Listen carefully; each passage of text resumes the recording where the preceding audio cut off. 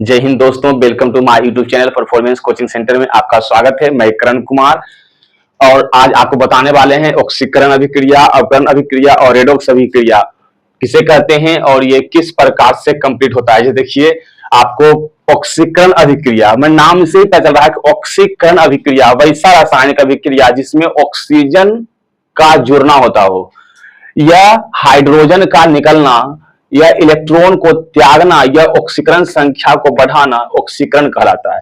यानी ऑक्सीकरण अभिक्रिया में क्या होता है, ऑक्सीजन को जुटना, यह हाइड्रोजन का निकलना, यह इलेक्ट्रॉन का त्यागना, यह ऑक्सीकरण संख्या को अगर बढ़ा लेता है तो ये सब रासायनिक अभिक्रिया ऑक्सीकरण अभिक्रिया कहलाते हैं। जैसे कि देखिए, हाइड्रोजन का योग, यानी देखिए मैग्नीशियम जब ऑक्सीजन के साथ अभिक्रिया करता है तो मैग्नीशियम ऑक्साइड बनाता है। मैग्नीशियम के साथ क्या हुआ, ऑक्सीजन आकर जुट गया। तो पूछा जाए कि मैग्नीशियम किस प्रकार की अभिक्रिया है, तो मैग्नीशियम के साथ क्या हुआ है, तो मैग्नीशियम के साथ ऑक्सीकरण की अभिक्रिया हुआ है। जैसे कैल्शियम ऑक्सीजन के साथ अभिक्रिया करके कैल्शियम ऑक्साइड बनाता है, तो कैल्शियम के साथ ऑक्सीजन आकर जुड़ गया तो कैल्शियम का ऑक्सीकरण हुआ है। अब देखिए, दूसरा प्रोसेस है कि हाइड्रोजन का निकलना। अगर किसी रासायनिक यौगिक से हाइड्रोजन अगर निकल जाता है तो इस प्रकार की अभिक्रिया को भी हम लोग ऑक्सीकरण अभिक्रिया कहते हैं। जैसे कि देखिए, अमोनिया को जब गर्म करेंगे तो N2 प्लस H2 बनता है, यानी नाइट्रोजन से हाइड्रोजन हट जाता है, यानी अमोनिया का ऑक्सीकरण हुआ है। कैल्शियम हाइड्राइड है, जिसको गर्म करेंगे तो कैल्शियम प्लस H2 बनाता है, यानी कैल्शियम से हाइड्रोजन को निकल जाना ऑक्सीकरण अभिक्रिया कहलाएगा। और तीसरा जो है, आपको इलेक्ट्रॉन को त्यागना या ऑक्सीकरण संख्या को बढ़ाना, इलेक्ट्रॉन को त्यागना। इसे मैग्नीशियम जो है, मैग्नीशियम है, इसकी ऑक्सीडेशन, इसको ऑक्सीकरण करवाएंगे तो मैग्नीशियम का ऑक्सीकरण करवाएं, यानी दो इलेक्ट्रॉन, इसमें कोई जीरो आवेश है जी। जब इसको ऑक्सीकरण करवाएंगे तो दो इलेक्ट्रॉन त्याग देगा। जब दो इलेक्ट्रॉन त्याग देगा तो मैग्नीशियम 2 प्लस, यानी इनके ऑक्सीकरण संख्या में 2 की वृद्धि हो गया। और क्लोरीन माइनस है, इसका ऑक्सीकरण यहाँ -1 है और यहाँ पे क्या हो गया, एक इलेक्ट्रॉन को ये ग्रहण कर लेते हैं तो Cl0+1, ये भी होगा आपका ऑक्सीकरण अभिक्रिया के प्रोसेस है। और बचा आपका अपचयन अभिक्रिया। अपचयन अभिक्रिया में क्या होता है, हाइड्रोजन का जुड़ना अपचयन कहलाता है। वैसा रासायनिक अभिक्रिया जिसमें हाइड्रोजन का योग हो यानी जुटता हो, अपचयन कहलाता है। या ऑक्सीजन का निकलना अपचयन कहलाता है। इलेक्ट्रॉन का ग्रहण करना या ऑक्सीकरण संख्या का कम होना अपचयन कहलाता है। ये देखिए, एक करके आपको एग्जांपल देते हैं। हाइड्रोजन का जुड़ना अपचयन कहलाता है। जैसे N2 प्लस H2 बनाता है NH3। नाइट्रोजन के साथ जाकर हाइड्रोजन जुट गया है, इसलिए नाइट्रोजन का आपका अपचयन हुआ है।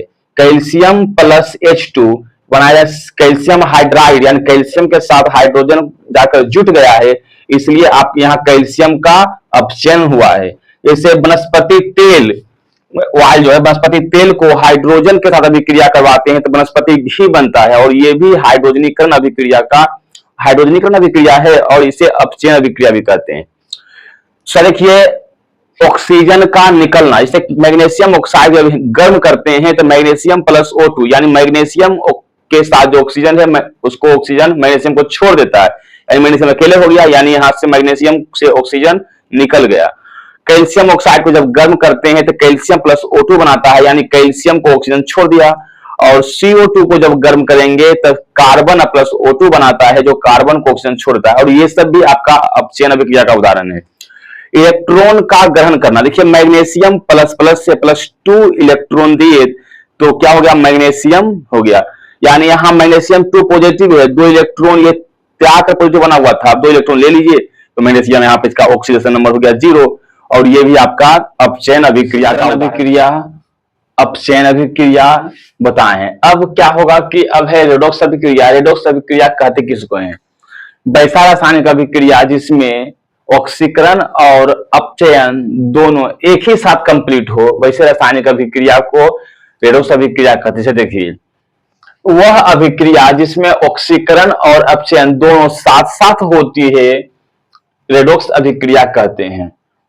उदाहरण के माध्यम देखिए, फेरस जब जल के साथ अभिक्रिया किया है तो फेरस ऑक्साइड प्लस H2 बनाता है, यानी लोहा अकेले है, इनके साथ आकर ऑक्सीजन जुट गया, यानी लोहा का ऑक्सीकरण हो गया।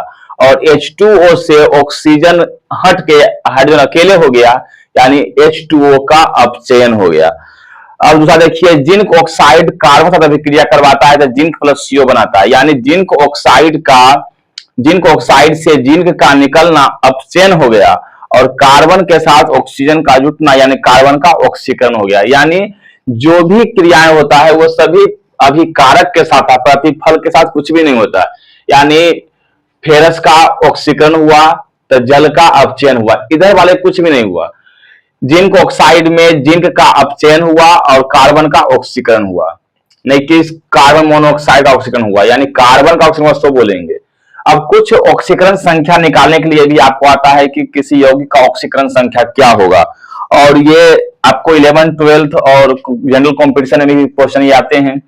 इसे H2SO4 में सल्फर की ऑक्सीकरण संख्या, जिसकी ऑक्सीकरण संख्या ज्ञात करने के लिए आपको कहा जाए उसको X मान लेंगे और शेष तत्व का ऑक्सीकरण संख्या उसके परमाणुओं के साथ लिखेंगे। जैसे हाइड्रोजन के यहाँ 2 परमाणु है, यानी यहां हो गया कि 2 into इसका ऑक्सीकरण संख्या 1 होता है, प्लस सल्फर को ज्ञात करना है तो X प्लस कार्बन के है 4 तो 4 गुना और इसका होता है -2 बराबर 0 कर दीजिए।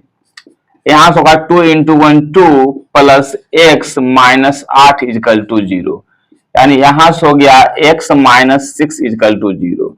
यहां से आपका हो गया X बराबर 6। यहां से पूछा जाए आपसे सल्फर का ऑक्सीकरण संख्या कितना होगा तो 6 हो गया सल्फर का ऑक्सीकरण संख्या। उसी प्रकार से Cr2 7 में क्रोमियम का ऑक्सीकरण संख्या पूछता है तो क्रोमियम के यहाँ पर 2 परमाणु है तो 2, अब जिसका पूछता है क्रोमियम पूछता है X प्लस ऑक्सीजन के 7, ऑक्सीजन की ऑक्सीकरण संख्या -2 होता है और इसके 2 माइनस आयन है, यहां देंगे -2।